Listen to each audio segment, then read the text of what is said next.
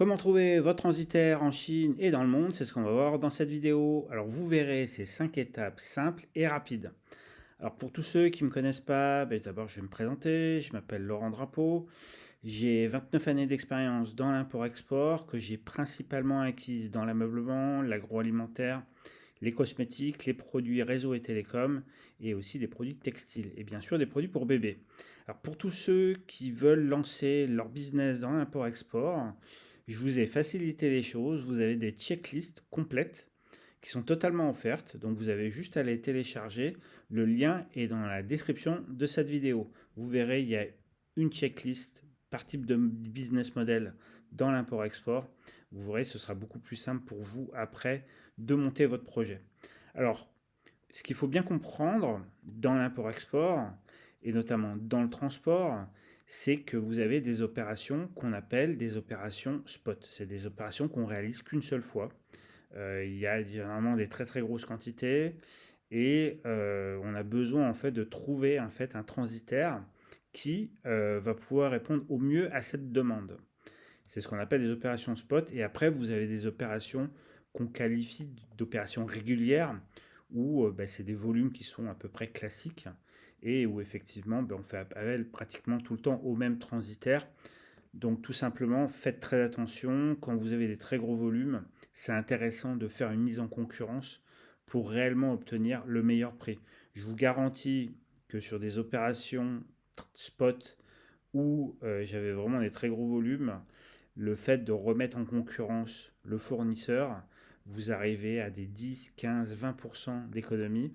C'est des choses qui sont quand même non négligeables. C'est de la marge en plus pour l'entreprise et c'est de l'argent qui reste dans votre poche. C'est vraiment super important. Alors ensuite, dans le transport, vous avez quatre types de modes de transport: l'avion, le bateau, le train, la route.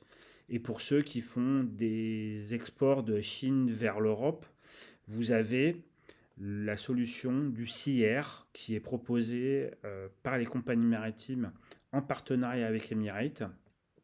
La marchandise est acheminée jusqu'à Dubaï et ensuite c'est Emirates qui prend le relais pour livrer le point de livraison le plus proche de chez vous par rapport à son réseau. Ensuite, il y a une notion qui est extrêmement importante, c'est la notion du poids volumétrique. Alors ce qu'il faut comprendre, c'est que ce n'est pas forcément le poids réel qui est taxé par les compagnies de transport, tout simplement parce qu'il y a la question de l'espace que prend l'expédition. Vous comprendrez bien que 1 kg de plume va prendre énormément de place par rapport à 1 kg de plomb. Donc c'est pour ça qu'ils ont instauré cette règle de poids volumétrique. Alors faites très attention parce qu'en fonction des compagnies de transport, la règle de calcul n'est pas forcément la même. Donc vérifiez avec votre transitaire quelle est la règle du poids volumétrique chez telle ou telle compagnie maritime, chez telle ou telle compagnie aérienne.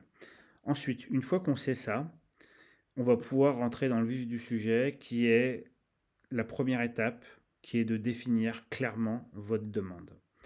Alors, pour vous faciliter les choses, vous avez en fait un modèle téléchargeable totalement gratuitement. Le lien est en description de cette vidéo. Donc vous verrez, vous avez toutes les informations, vous n'avez plus qu'à remplir avec les informations de votre expédition. Ensuite, il y a une autre notion qui est la notion du cahier des charges logistiques. Alors je sais que si vous me suivez depuis longtemps, vous savez que pour moi, c'est la seule unique solution pour pouvoir travailler correctement, mais c'est aussi la seule et unique solution pour obtenir réellement le prix qui correspond à vos attentes réelles. Donc prenez le temps de rédiger votre cahier des charges. Si vous avez besoin d'aide, je vous ai mis un lien dans la description. Vous avez une mini formation sur le cahier des charges logistique et une mini formation sur le cahier des charges produit. C'est extrêmement rapide, je crois qu'il y en a pour 20 minutes au total et vous aurez vraiment toutes les informations dont vous avez besoin pour rédiger votre cahier des charges logistique et votre cahier des charges produit. Ensuite, bien entendu, il y a des informations qui sont importantes. C'est le point d'enlèvement des marchandises, c'est l'incoterm que vous avez négocié avec votre fournisseur, c'est la nature de la marchandise, est-ce qu'elle est dangereuse ou pas. Si c'est de la marchandise dangereuse, il y a tout un processus d'emballage spécifique. Les compagnies de transport sont obligées de prendre des assurances particulières pour assurer cette marchandise, donc forcément le prix est plus élevé. Après, bien sûr, vous avez le mode de transport que vous avez choisi. Il y a une notion aussi qui est importante, c'est la date de livraison souhaitée. C'est un élément essentiel pour votre transitaire, pour pouvoir savoir quels moyens il doit mettre en place pour respecter la date de livraison que vous souhaitez. Alors ne soyez pas trop exigeant sur les dates de livraison que vous souhaitez. Faites en fonction de l'impératif réel et ne vous mettez pas dans une situation d'urgence pour rien, tout simplement parce que ça va vous permettre d'économiser beaucoup d'argent en ayant en fait un transport qui correspond exactement à la demande de date de livraison que vous souhaitez. Alors en fait, après, dans la question du transport maritime, vous avez les conteneurs complets, donc ça c'est très bien, c'est facile, c'est rapide, vous avez des dates de cut-off qui sont plus éloignées que dans le groupage. Donc quand vous faites votre demande, si vous avez de la marchandise qui est sensible, n'hésitez pas à faire des conteneurs complets, même si ça vous coûte plus cher, la marchandise est sécurisée, il n'y a rien d'autre dans le conteneur, et au moins, si votre produit est sensible à la contamination, pardon, ben, au moins vous êtes en sécurité. Vous savez que ben, il n'y a pas eu d'autres produits dans le conteneur et que ben, vous n'avez aucun risque potentiel qui puisse arriver avec un groupage. Ensuite, il y a la dimension des colis, le poids des colis, le point de livraison des marchandises. Bon, il y a énormément d'éléments. Tout ça, vous l'avez en fait dans le modèle qui est téléchargeable gratuitement. Donc le lien est en description de cette vidéo. Une fois qu'on a défini clairement notre demande, ben, il faut identifier les transitaires potentiels. Alors pour des opérations régulières, préférez un transitaire qui est implanté dans votre pays d'achat et dans votre pays de commercialisation. Ça va beaucoup fluidifier les choses, tout simplement parce que c'est des bureaux qu'ils ont généralement en propre dans le pays, c'est-à-dire que c'est eux-mêmes, c'est l'entreprise, c'est le transitaire par exemple que vous avez en France, qui a ben, tout simplement une antenne dans le pays dans lequel vous achetez vos produits. Suivant les pays, notamment en Chine, ils ont plusieurs implantations dans le pays. Hong Kong, Guangzhou, Shenzhen, Shanghai, Fuzhou, à Xiamen, etc., dans tous les grands ports chinois. Donc voilà, faites en sorte de travailler avec un transitaire qui est implanté dans votre pays d'achat et dans votre pays de commercialisation. Si vous n'en avez pas, vous avez la possibilité pour des opérations de faire appel aux prestataires qui sont sur Alibaba ou vous faites une recherche sur Google pour trouver un transitaire qui est proche de chez vous, qui puisse répondre aussi à vos demandes.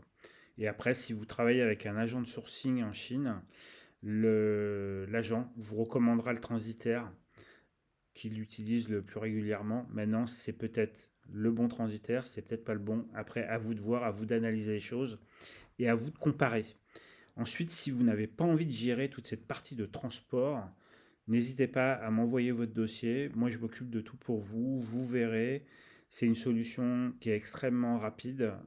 Ça va vous permettre de passer du temps à gérer d'autres choses qui sont beaucoup plus importantes et sur lesquelles vous avez beaucoup plus de valeur ajoutée. Donc vous m'envoyez vos infos par WhatsApp au plus 33 607 84 09 78 ou vous m'envoyez un email à contact importateur-du6 affranchi.com. Toutes les infos sont dans la description de cette vidéo. Une fois qu'on a identifié les transitaires potentiels, ben, il faut lancer les demandes de prix. Alors je vous invite à faire un email simple en présentant votre business, ce que vous faites, et votre demande. Et vous attachez en pièce jointe la demande de prix que vous avez remplie, donc le modèle qui est téléchargeable dans la description de cette vidéo, et votre cahier des charges. Une fois que le transitaire a tous ces éléments-là, il reviendra vers vous s'il a besoin de plus d'informations. Mais si vous avez fait les choses correctement, en théorie, il n'a plus qu'à vous envoyer la demande de prix. Voilà. Alors ensuite, il va falloir analyser les offres.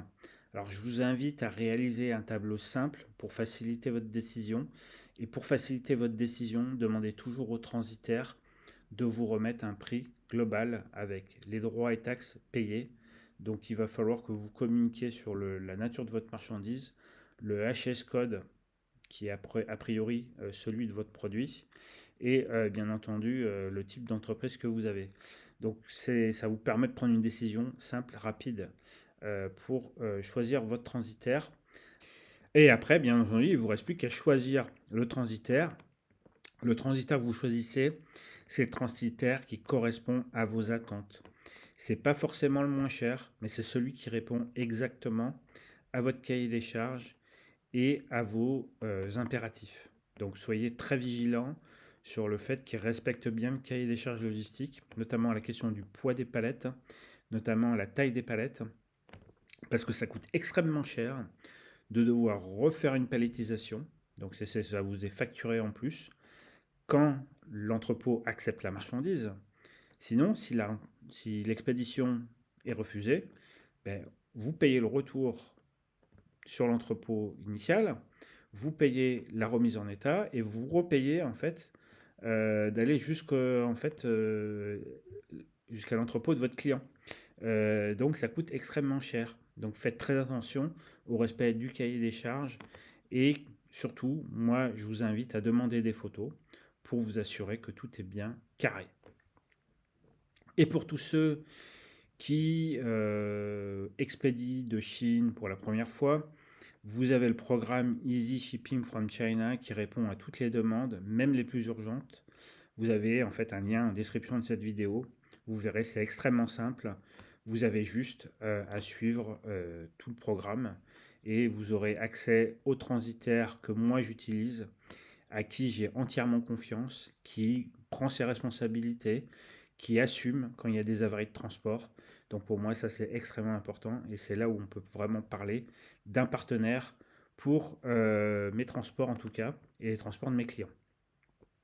Surtout si vous n'avez pas envie de gérer toute cette partie-là de logistique, n'hésitez pas à m'envoyer votre dossier par WhatsApp au plus 33 6 07 84 09 78 ou par email à contact@importateur-du6affranchi.com.